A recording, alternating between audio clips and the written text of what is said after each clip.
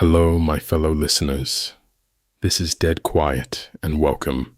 Tonight, we are sharing 4 of the most disturbing true accounts from the Appalachian wilderness we have ever brought to this channel.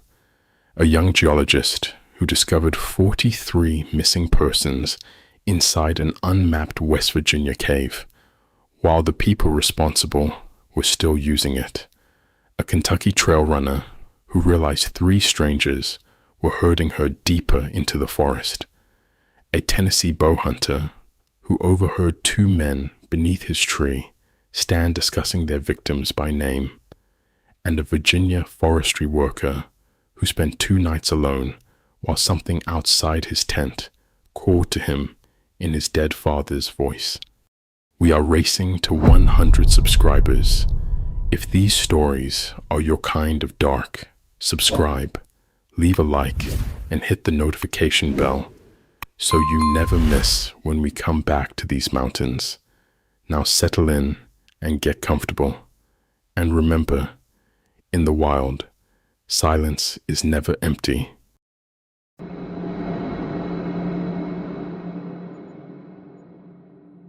She was 300 feet underground when she heard them dragging something through the dark.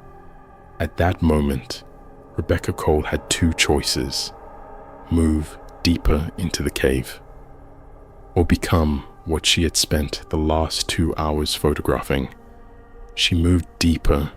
This is the documented account of what she found in Coldwater Hollow Cave in the Monongahela National Forest of West Virginia on October 9th, 2021.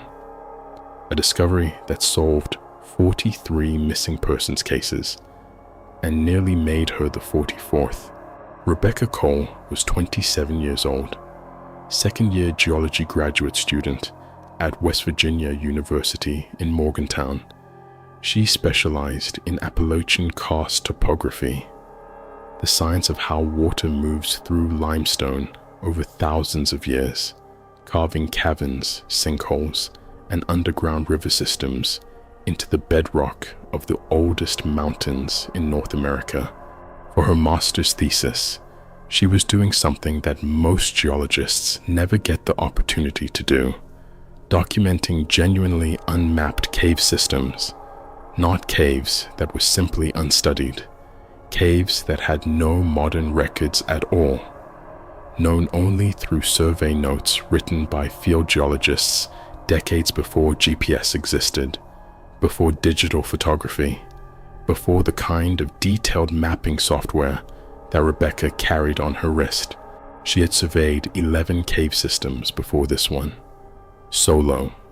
She had a protocol for every stage of an underground expedition: how long she stayed, when she turned back, how many redundant light sources she carried, who knew her coordinates, and her expected return time. 2 people always knew. Always. That protocol was not optional. She was meticulous. She was credentialed. She was good at this. What made her dangerous to the people she was about to find was simpler than any of that. She documented everything. A waterproof audio recorder hung around her neck on a lanyard. She narrated what she was seeing in real time. Every detail, the way surgeons narrate procedures, photographs from standardized angles, GPS waypoints every 50 meters of forward progress. She entered Coldwater Hollow Cave at 9:14 a.m. on October 9th. Her supervisor at WVU knew her coordinates. Her roommate had a copy of her planned route. Her satellite messenger device was tested and functional. She had done everything right. The entrance was larger than the 1963 geological survey described: 12 feet wide, 8 feet high at the peak of the arch. Cold air moved out of it continuously, that exhaled breath quality that active cave systems produce when the internal temperature differs from the surface air. The small stream referenced in the old survey notes trickled along the right side of the entrance passage, shallow and clear, running over limestone smoothed by centuries of water movement. The first chamber was textbook. Stalactites hanging from a 15-foot ceiling, flowstone deposits on the walls where dissolved minerals had precipitated out of groundwater over millennia, evidence of periodic flooding in the horizontal striations on the lower walls. Rebecca photographed everything systematically and moved forward. A side passage branched off the main corridor, approximately 40 meters in. The 1963 survey did not mention it, which told her immediately that the cave was more extensive than any existing documentation indicated. She marked the junction with a GPS waypoint and took the side passage. The passage tightened. She moved through sections that required crouching, then crawling, and emerged into a secondary chamber that opened unexpectedly. A room roughly 20 feet across, with a ceiling that rose beyond the reach of her primary headlamp. She swept her light around the perimeter of the chamber, and she stopped. The niches in the limestone wall were carved, rectangular, deliberate, each one roughly 2 feet wide and 6 feet long, the proportions of a burial alcove. There were 7 of them visible from where she stood, cut into the stone at a height and depth that required intent, not natural erosion. The edges were too straight for water to have made them. Her first thought was archaeological. Pre-colonial burial sites have been documented in cave systems throughout the Appalachian region. Indigenous communities used limestone caves as sacred spaces for centuries before European settlement. She photographed each niche from multiple angles. She was calm. She was still in her professional framework. She moved forward, and then she found the bones. They were scattered across the chamber floor ahead, mixed into the sediment and pooled shadow in a way that suggested they had been there long enough to partially integrate with the cave substrate.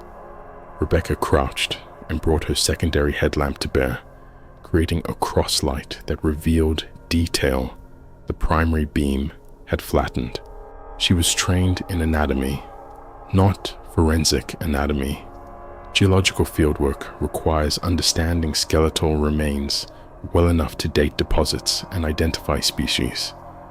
Her undergraduate coursework had covered enough comparative anatomy that she could make the distinction she made in the next 60 seconds without any ambiguity.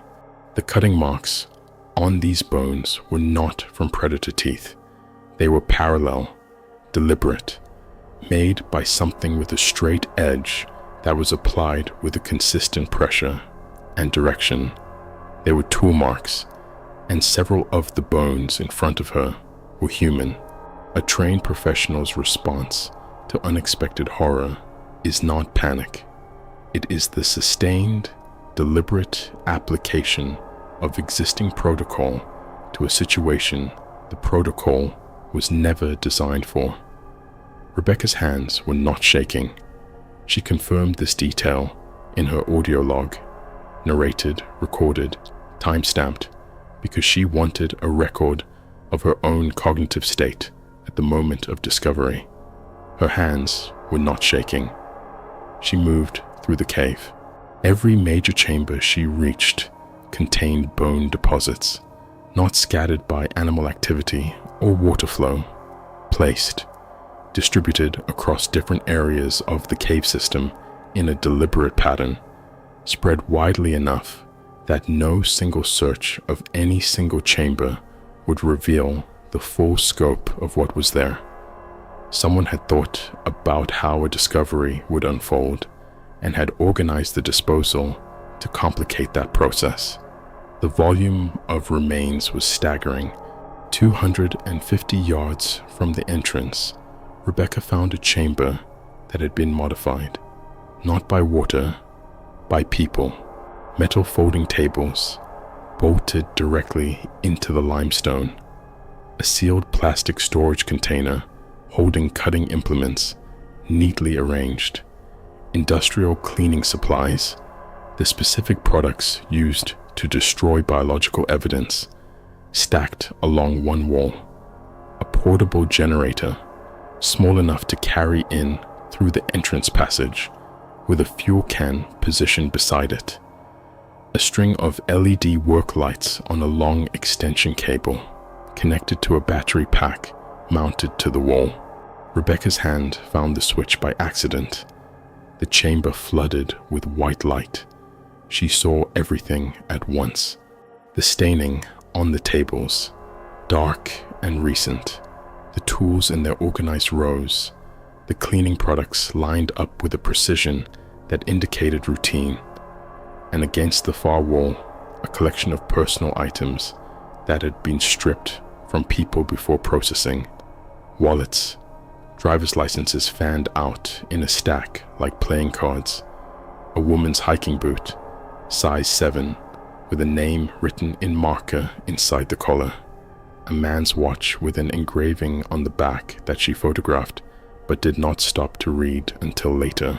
She was crying by this point. She confirmed it in her audio log, still narrating, still photographing, still pressing the GPS waypoint button every time she moved to a new subject, and crying. Among the identification documents were names she would later cross-reference with active missing persons cases across West Virginia, Kentucky, and Tennessee.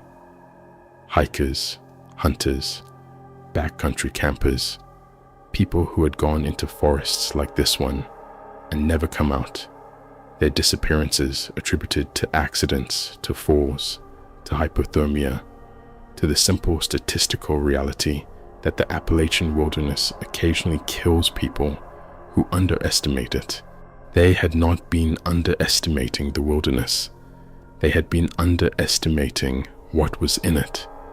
Rebecca was composing a text to emergency services on her satellite messenger, beginning the process of getting law enforcement to her location, when she heard the sound. Sound travels strangely in limestone cave systems. The acoustics distort distance and direction in ways that can make a noise 50 meters away seem like it is coming from directly behind you. Rebecca understood this intellectually. She processed the sound she was hearing through that framework for approximately 2 seconds before the framework broke. Multiple people, moving with purpose, the scrape of equipment on stone, voices in low conversation, coming from the direction of the entrance. She had one option. She went deeper. The narrow rear passage she had noted on her way in, a crawlway at the back of the processing chamber. She pushed into it now, moving on her elbows, her pack dragging behind her on a tether, her helmet scraping the ceiling. She found a shallow alcove 8 meters in, where the passage widened slightly before continuing. She pressed herself into it, turned off every light source, lay completely still, and then she listened. For 8 hours, R.Cole lay in that alcove in the dark, while the people she had been documenting conducted their operational activities 20 meters away. She could hear them well enough to understand fragments of conversation, references to scheduling, references to cleanup, a discussion about a hiker who had apparently been seen too close to one of their trailhead staging areas and needed to be redirected. They spoke with the ease of a work crew running a familiar routine, the casual efficiency of people who had been doing the same thing for years and had never been interrupted. At one point, one of them walked to the entrance of the crawlway. His flashlight beam came in, swept the ceiling, the walls. Rebecca controlled her breathing, slow, nasal, the way every backcountry safety course teaches you to breathe when you need to be quiet. In through the nose, slow, Fill the diaphragm. Out through the nose. Slow. The light held for 4 seconds. Then it moved away. She did not move for another 40 minutes. When the cave went fully silent, she waited an additional hour. Then she followed the rear passage in total darkness, fingertips on the limestone walls, moving by touch and the slight change in air pressure that told her when the passage branched for what she estimated was nearly half a mile. It opened through a natural sinkhole into cold October air, an empty forest, and the sound of wind moving through bare hardwood branches. She ran. West Virginia State Police, FBI, a joint operation that escalated within hours of Rebecca's call. From the first location with cell coverage she could reach, the investigation lasted 11 months. 8 individuals were arrested, all connected to a criminal organization that had been operating in remote sections of the Monongahela National Forest for over 15 years. Their method was specific and consistent. They targeted solo outdoor recreationists, hikers, hunters, backcountry photographers, in areas with minimal law enforcement presence and no cell coverage. Victims were taken from trailheads and remote camping locations, transported to the cave system, and their remains disposed of in a way that had, for 15 years, made comprehensive discovery nearly impossible. Forensic analysis of Coldwater Hollow Cave identified the remains of 43 separate individuals, 43 people who had been reported missing across 4 states, 43 cases attributed to hiking accidents, voluntary disappearances, and the general statistical reality that wilderness travel carries risk. One identification belonged to a Park Service trail maintenance employee who had vanished during a routine inspection in 2019. His case had been classified as a voluntary disappearance. Investigators had assumed he had simply walked away from his life. He had not. The organization's 2 primary leaders were convicted of multiple counts of first-degree murder and sentenced to death. 6 additional defendants received federal sentences ranging from life imprisonment to 40-year terms. The cave was permanently sealed. Rebecca Cole completed her master's thesis. She still works in geology. She no longer conducts solo cave surveys, a decision she describes not as fear, but as a recalibration of what acceptable risk looks like after you understand what actually shares the darkness with you. She has said in interviews that the detail she returns to most often is not what she saw in the processing chamber. It is the organizational quality of the bone distribution throughout the cave, the deliberateness of it, how much time and consideration had gone into ensuring that no single visitor finding any single chamber could grasp the full scope of what was there. Someone had thought carefully about how discovery would happen and had designed the disposal to defeat it. Rebecca defeated it anyway. 43 families now know what happened to the people they were looking for. That is the ending. It is not a comfortable one, but it is the true one.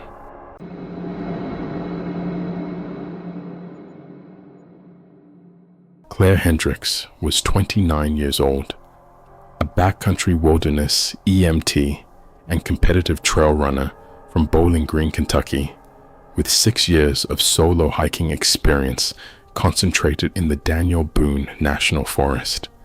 She hiked the way she worked her medical calls, with systematic observation, a disciplined triage of every new input, and a baseline suspicion that the situation in front of her might not be presenting its full reality yet. She was not paranoid. She was trained. Her medical background had taught her specific things that would matter on September 16th, 2020.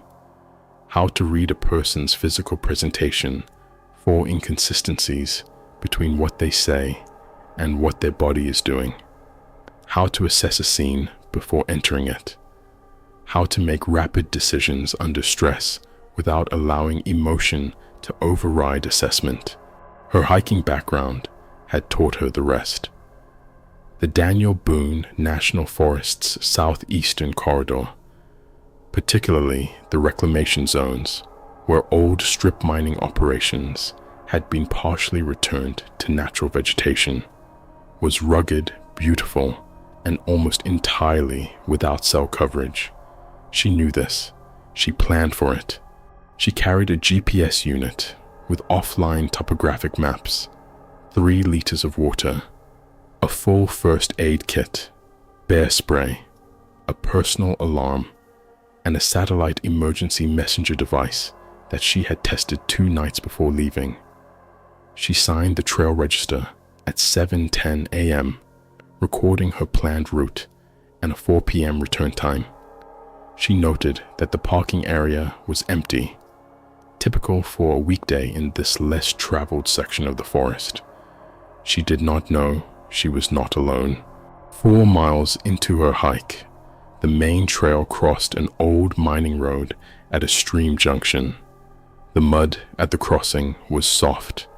Recent rainfall had left the soil in that specific wet condition where tire tracks press in cleanly and hold their shape for 24 to 48 hours before the edges begin to blur. There were fresh tracks, multiple vehicles, including at least one with a heavy-duty tread pattern, inconsistent with standard recreational use. Claire moved off the main trail to photograph the surrounding area. She documented trail conditions for online hiking communities, and fresh vehicle tracks on an officially closed mining road were worth noting. 40 feet into the brush, concealed behind a natural screen of overgrown briars, she found it. A portable generator under camouflage netting, plastic storage coolers, large, folding chairs arranged in a rough semicircle, positioned deliberately to be invisible from the main trail unless someone moved off the path. She photographed everything from a distance. She did not touch anything. Her EMT assessment was immediate and clinical. This was not a hunting camp. The positioning, concealed from foot traffic but accessible by vehicle, indicated a deliberate effort to use this location for something that was not supposed to be seen. The specific combination of equipment suggested a staging area for some form of organized activity. She returned to the main trail and kept walking. Her awareness level had shifted. Not alarm, assessment. 2 miles further north, near a strip mine pond that had been left to naturalize over the past 30 years, 2 men stepped out of the tree line and walked toward her. They were smiling. They introduced themselves as Ryan and Cody. Hunters, they said, scouting pre-season deer locations. Claire ran her triage in real time while maintaining a pleasant, engaged expression. Boots, barely worn, despite claiming to have been hiking for several hours. Clothing, clean. No binoculars, which no serious deer hunter pre-scouting terrain would be without. No trail cameras, no topographic maps, no game department licenses visible on their vests. Ryan asked about her route. She gave a vague answer. He asked if she was hiking alone. The question itself was not unusual. People ask each other this all the time on remote trails. What was unusual was the slight recalibration she observed in both men's body language when she deflected the answer. A micro-adjustment that she had learned to read in patients who were not telling her the full truth about how badly they were hurt, the slight shift of weight, the brief glance exchanged. Cody suggested she might enjoy some overlook spots accessible only by the old mining roads. Off trail, he said, private. He described them in specific, practiced detail that indicated genuine familiarity with the terrain. No other hikers ever found these places, he said. He was smiling. She told him she preferred to stay on established trails for safety reasons. She smiled back. They said they were heading south and kept walking. 30 minutes later, Claire spotted Ryan and Cody on the trail ahead of her, moving in her direction. She had been hiking north. They had told her they were going south. When they saw her approaching, they stepped into the tree line. She had 3 seconds to process this. She spent them well. In those 3 seconds, she reached into her pack without breaking stride and activated the SOS beacon on her GPS device, sending her location coordinates to Kentucky Emergency Dispatch. Then she changed her route. Abandoning her planned northern itinerary, she took a connecting trail running east toward the higher traffic areas near Cumberland Falls State Park. The change would add miles and hours to her hike. She did not care. What it would do was bring her progressively closer to road access, cell coverage, and the possibility of encountering other people. Ryan and Cody came out of the trees behind her and began following at exactly 200 yards. She increased her pace. They matched it. She slowed to test them. They slowed. She took a deliberate wrong turn at a trail junction, a clear navigational error that anyone hiking to an actual destination would immediately self-correct. Ryan and Cody followed her wrong turn without hesitation. They were not going anywhere. They were going where she went. 40 minutes into the pursuit, Claire reached a ridge that gave her a long sight line across the terrain she was moving through. She did not stop. She used the elevation while she had it. A rapid scanning assessment conducted at full walking pace. The third man was on a parallel ridge line to her northeast, moving in the same general direction, higher than Ryan and Cody below, maintaining an overwatch position relative to her movement. He was carrying a 2-way radio, 3-person coordinated pursuit, predetermined positions, communication equipment, terrain knowledge. This was a system that had been used before. She ran, not jogging, running. The full extension competitive trail running pace she had trained for years, adapted now for rough terrain, stream crossings, root systems, loose shale on the descent side of the ridge. Her pursuers had terrain knowledge, but she had conditioning they had not anticipated, and the specific cardiovascular capacity that comes from years of competitive trail racing. She opened distance. For 55 minutes, she moved through the forest as fast as the ground allowed. She could hear the radio transmissions through the trees, fragmented, directional, and she used them as information. When the voices shifted west, she shifted east. When they went quiet, she pushed harder.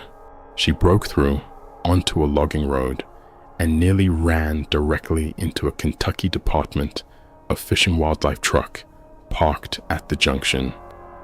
Officer James Whitfield was conducting routine patrol activities. He was out of his truck before she finished her first sentence. She was behind the vehicle within seconds. He was on his radio within 30. State police arrived in 18 minutes. The search of the concealed equipment cache she had photographed revealed a significantly larger installation than what she had seen from the brush.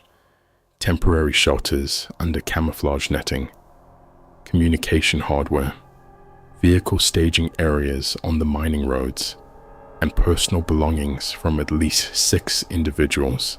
Among them, a Kentucky driver's license belonging to a 23-year-old college student named Jennifer Park, missing for 22 days, last seen signing the trail register at a trailhead 40 miles north of where her ID was found. Jennifer was recovered alive 3 days later at a truck stop near the Tennessee border. She confirmed that her abduction had begun with an encounter that followed an identical pattern: 2 friendly men, an invitation to see a better view, a trail that led away from everything. Federal charges were filed against 11 individuals. Ryan's real name was Brian Costello, 36 years old, prior convictions for kidnapping and assault across 2 states. Cody was identified as Stephen Harmon, 33, wanted on federal charges related to interstate trafficking of minors. The third man, the one with the radio on the ridge, was never publicly identified. Investigators believe he was part of a broader network operating specifically within the remote hiking corridors of the Appalachian region, targeting the trail systems where cell coverage is absent, law enforcement presence is minimal, and a person can disappear from the map in the time it takes to follow an interesting trail off the main route. The Daniel Boone National Forest implemented enhanced patrol rotations throughout the former strip mining sectors following the investigation. Additional warning signage was posted at trailheads. A specific advisory was added to park communications. Be suspicious of individuals who show unusual interest in your route, your schedule, or your company. Be suspicious of people who offer to show you places that are not on any map. And if you feel that you are being followed, trust that feeling. Do not second guess it, and get to people as fast as you possibly can. Claire still hikes. She hikes with a partner now, and she has become one of the most active trail safety educators in Kentucky's outdoor recreation community. Her programs are built around one central concept: the difference between what a threat looks like in your imagination and what it actually looks like when it is standing in front of you smiling. She says the most important moment of September 16th was not the sprint through the forest. It was the 3 seconds before she started running. 3 seconds in which she processed everything she had observed since she first saw Ryan and Cody step out of the tree line and recognized it for what it was. 6 minutes. That is how long it took her to understand that she was the target. Most people never get there. That gap between the moment a threat begins and the moment a person recognizes it is where this kind of operation lives. It is designed to occupy exactly that space. The friendliness, the reasonable questions, the plausible explanations, all of it is architecture, built to delay recognition for as long as possible. Understand the architecture, and never, under any circumstances, follow a stranger into the trees.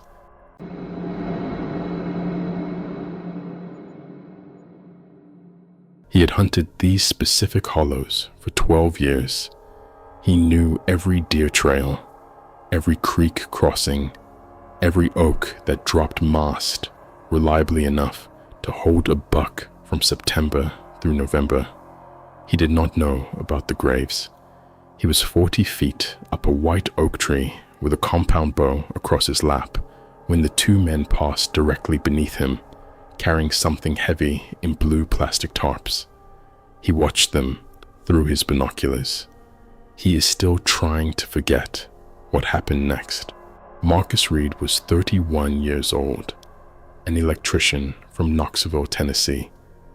12 years of bow hunting in the Cherokee National Forest had given him the kind of terrain knowledge that is genuinely impossible to purchase or shortcut, the accumulated result of thousands of hours of pre-dawn walking through the same hollows in every season, in every weather condition, until the forest and its behavior had become something close to a second language. He was a careful hunter, licensed every year, properly tagged, scent elimination protocol, safety harness every time he was in a tree. He used quality equipment maintained in excellent condition. He was the kind of person who reads the hunting regulations, not because he is required to, but because he believes the regulations exist for good reasons. What he was carrying that mattered most on November 14th, 2022, was not his compound bow. It was a satellite emergency messenger device clipped to the shoulder strap of his pack, fully charged, tested the week before, programmed with emergency contacts and an SOS function that would transmit his GPS coordinates to dispatch services even from locations with no cell coverage. He had bought it after a hunting partner broke an ankle in this same hollow 3 seasons earlier, and they had spent 4 hours working their way out. He would not have survived November 14th without it. Marcus parked his truck at an unmarked pull-off along Forest Service Road 345 at 4:30 a.m., 15 miles southeast of Tellico Plains, Tennessee. Pre-dawn start, standard for bow hunting, enough darkness to reach his stand location and settle in before deer became active. The hike followed an abandoned logging road that the forest had been reclaiming for over 20 years. He had walked this route so many times that he navigated it in the dark without a headlamp, moving by memory and the faint starlight that came through the bare canopy in patches. Fresh deer sign on the way in, tracks in a muddy section near the creek, multiple deer recent, good indicator for the stand. He noted droppings and browse marks on the lower branches as he moved through the hollow. He reached his stand location at 5:50 a.m., a large white oak, 20 yards from the main deer crossing near a small creek. He installed his climbing stand quietly, clipped the safety harness carabiner to his D-ring, and pulled up his bow on the haul line. 40 feet up, good sight lines in 3 directions, wind steady from the southwest, clean approach for any deer moving through the creek bottom. He settled in to wait. It came in on the morning thermals at approximately 6:30 a.m., carried upslope on the rising air that moves through hollows in the first hour after dawn. Wood smoke, chemical solvent underneath that. Sharp, industrial, the kind of smell that does not belong in a forest. And something deeper, something organic and wrong that he had recognized from the one deer he had ever lost in the field, the one he had found 4 days later in the summer heat. Decomposition, not the clean animal smell of a fresh kill, something that had been processed, rendered. He filed it mentally as a dead deer somewhere upwind. Unfortunate for the hunting, but not alarming. He shifted his attention back to the creek bottom below him. At 7:20 a.m., through his binoculars, he saw the first 2 men, 300 yards south, moving along an animal trail that led deeper into the hollow toward the source of the chemical smell. 2 men in hunting camouflage, moving quickly and with purpose. No hunting weapons, no bows, no firearms visible. What they carried instead, tarps folded over their shoulders, metal containers, coiled rope, what appeared to be a small electric pump. The gear of a processing operation, not a hunting expedition. Marcus watched them disappear into a stand of hemlocks. 20 minutes later, a generator started. He had hunted this hollow for 12 years. He had never heard a generator here. Over the next 90 minutes, he observed from his stand as the two men were joined by 3 additional individuals arriving from different directions, each carrying equipment, each moving with the efficiency of people running a practiced routine. He photographed what he could on his phone through the telephoto setting, noting GPS coordinates in the memo field. At 8:40 a.m., 2 of the 5 men returned from the hemlocks, carrying cylindrical bundles wrapped in blue plastic tarps. The bundles were approximately 6 feet in length. They were being handled with the careful, effortful attention of something heavy and fragile. The men adjusted their grip frequently, communicated in low voices about the weight and the path, moved with the deliberateness of people who had done this before and understood the importance of not dropping what they were carrying. Marcus had been a hunter for 12 years. He understood weight and proportion. He understood how people carry different kinds of loads. He lowered his binoculars and looked at nothing for a long moment. Then he reached slowly for his satellite messenger. He was composing the emergency text. Coordinates entered, incident description partially typed, when he heard voices on the deer trail below him, coming from the south, the direction of the hemlocks. 2 men, moving at a normal walk, passing directly beneath his white oak. Marcus stopped moving. He stopped breathing in any way that produced sound. 40 feet up, in full camouflage, pressed against the trunk of a tree that was wide enough to break his silhouette if he held position correctly. He held it. The voices were clear enough to understand. He would describe the conversation in his official statement as the most frightening thing he had ever experienced. And he would specify that the fear came not from violence or threat, but from the absolute conversational flatness with which these men discussed things that should not be spoken of at all. Names, cases. A hunter from McMinn County who had gone missing during deer season 2 years prior. A woman who had gone day hiking in the Cherokee National Forest the previous spring and not returned. Discussed in the past tense. Discussed the way you discuss a problem that has been resolved.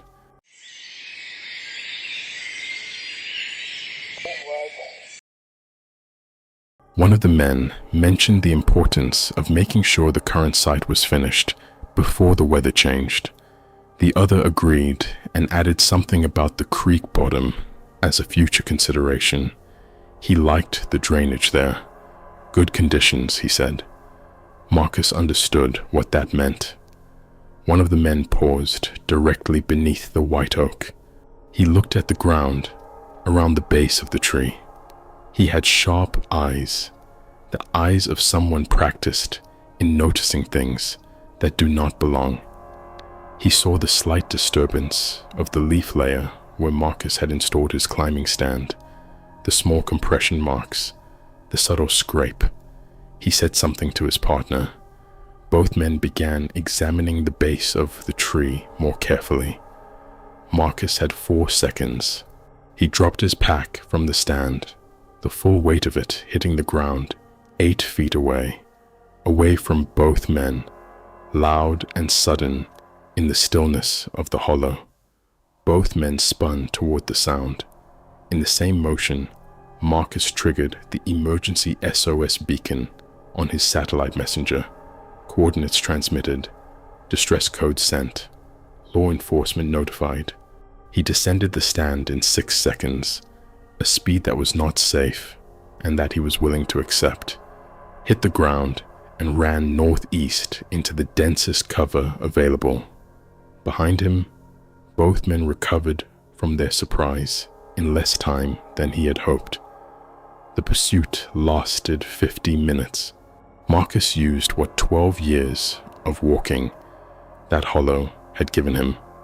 Creek crossings that he knew by feel, rhododendron thickets dense enough to slow anyone unfamiliar with their geography, a steep drainage with a specific traverse line that looked impassable from below but opened into a clear path once you found the right angle. He could hear them on radios behind him, coordinating, cutting angles, trying to predict where he would emerge. He emerged at the logging road. Tennessee Wildlife Resources Agency officer Daniel Foster, responding to the emergency beacon activation, intercepted him at the road junction. Marcus was breathing too hard to speak. He held up his phone with the photographs he had taken from the tree. The officer looked at the screen. He immediately called for backup. The investigation involved the Tennessee Bureau of Investigation, the Drug Enforcement Administration, and Cherokee National Forest law enforcement. 12 arrests over 3 days. The hollow had been used as a methamphetamine processing operation for over 3 years, concealed in terrain that received almost no regular patrol presence, accessible from multiple directions via the abandoned logging road network, with natural topography that made approach detection possible from a distance. But the drug operation was not the primary finding. Human remains were recovered from multiple burial sites throughout the hollow. 4 confirmed victims, all connected to disappearances that had been listed as hiking accidents, hunting accidents, or voluntary missing person cases in the years the operation had been active. 3 of the 4 were eventually identified: a bow hunter from Blount County, a day hiker, a man who had driven to a trail head one Saturday morning and never driven home. The criminal organization had developed tiered protocols for handling outdoor recreationists who encountered their operation. At the highest threat level, anyone who had seen enough to report anything specific, the protocol had one outcome. Marcus Reed received full cooperation credit from federal prosecutors. His satellite messenger coordinates were the first link in a chain of evidence that resolved cases that had been cold for years. Several defendants received sentences of 25 years to life in federal prison. Marcus no longer hunts alone. He still hunts. He goes with his brother-in-law now, or with 2 friends from his hunting club. He returns every season to the Cherokee National Forest, to different sections, with documented plans, filed with both the Tennessee Wildlife Resources Agency and with 3 separate people who know exactly where he is and when he is expected back. He carries the satellite messenger on every trip. He has said that the detail he cannot move past, the one that returns to him on quiet mornings when the pre-dawn dark is soft and the woods are waking up around him, is how normal the hollow looked on the way in. The deer sign, the creek, the white oak with the good sight lines, everything looked exactly as it should. He says, trust the smell. Trust the specific wrongness of a smell that is almost right but not quite right. The combination of things that should not be together. The chemistry of a place that has been used for something it was not designed for. Trust that smell, and do not reach for your bow. Reach for your emergency beacon.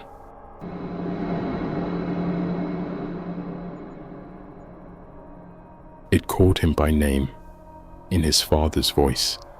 His father had been dead for 4 years, and whatever was in the trees outside his tent in the George Washington National Forest that September night knew not just how his father sounded. It knew the specific phrase his father had used throughout Derek's childhood, every time he wanted his son's help with a project. He has no explanation for this. Nobody does. Derek Shaw was 36 years old, a structural engineer from Harrisonburg, Virginia, whose professional existence was organized around a simple principle. Things behave the way they do for specific, identifiable reasons. Bridges fail along predictable stress lines. Foundations settle in response to soil composition and load distribution. Every observable phenomenon has an underlying mechanism, and the mechanism can be found if you gather sufficient data and apply rigorous analysis. He had spent 8 years volunteering with the Virginia Department of Forestry Trail Maintenance Program. It suited him. The work was technical, the problems were concrete, and the results were measurable. He repaired bridges, reinforced retaining walls, cleared drainage systems, and replaced trail markers.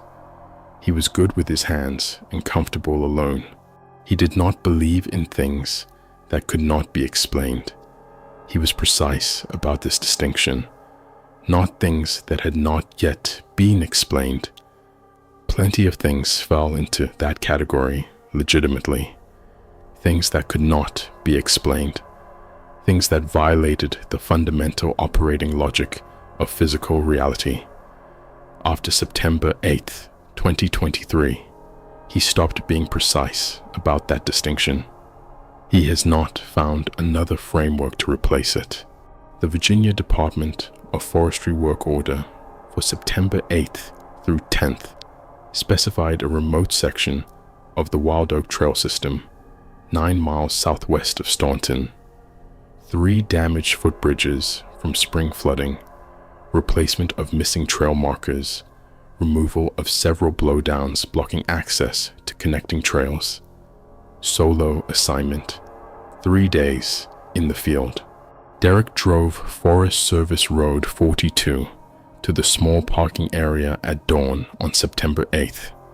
The parking lot was empty. The trail register showed 1 entry from the previous 5 weeks. He hiked 2 miles in with his toolkit and camping gear, reached the first bridge, assessed the damage, and began work. The repairs were physically demanding but methodically satisfying in the way that structural problem solving always was for him. Identify the failure, design the fix, execute it cleanly. By evening, he had completed the first bridge. He established his camp 50 yards downstream, on a level area near the creek, with his tent entrance facing the trail for orientation. He prepared dinner on his camp stove, reviewed his work plan for day 2 in his field notebook, and retired to his tent at 9:10 p.m.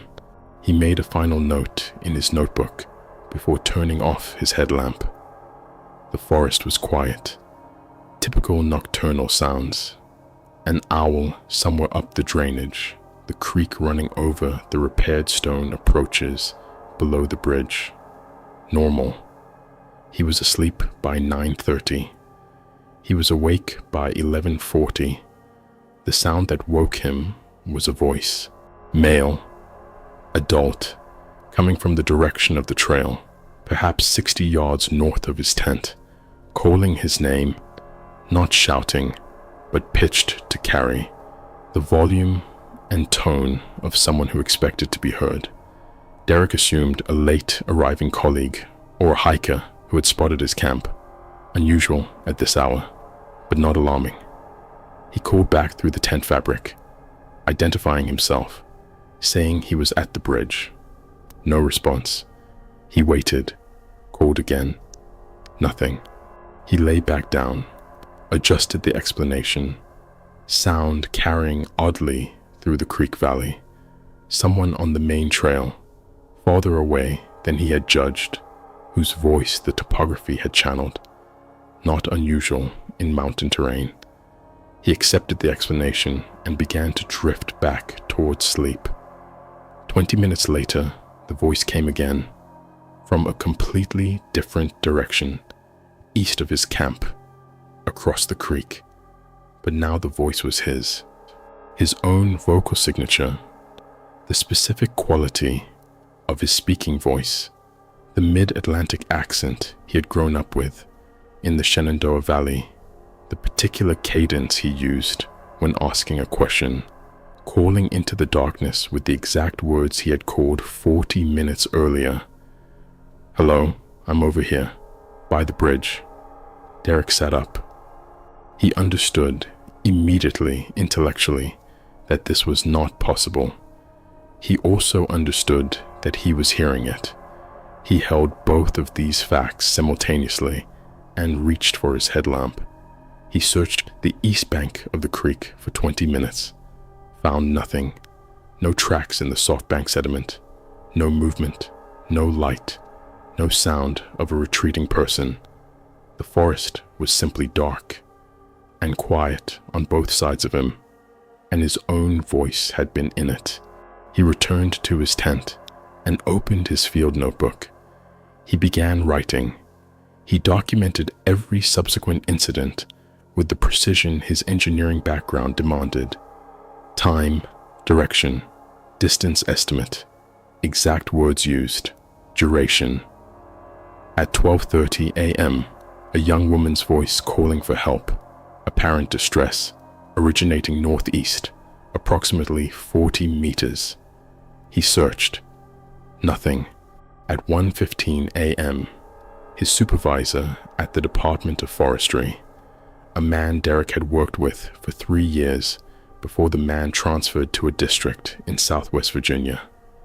The supervisor's voice was not approximate. It was specific. The particular flatness he put on the front of certain words, the slight elongation of the vowel in Derek's name when he wanted attention.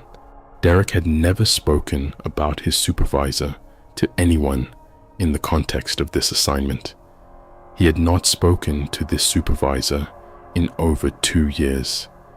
There was no mechanism, none, by which a recording of his supervisor's voice could have been obtained, transported to this hollow, and played back from a position in dark forest terrain.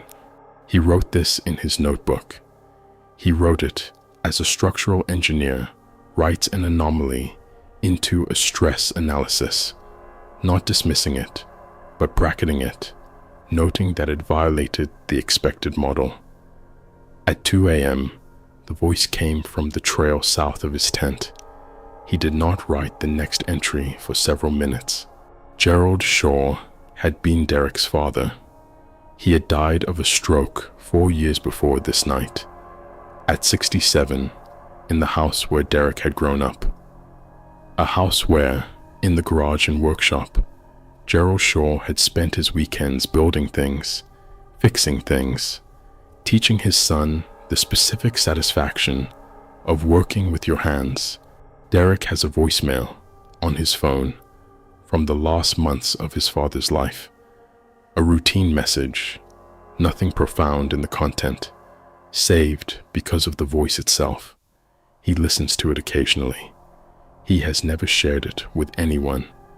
The voice from the trail at 2 a.m. used the phrase Gerald Shaw had used his entire life when he wanted Derek's help with a project.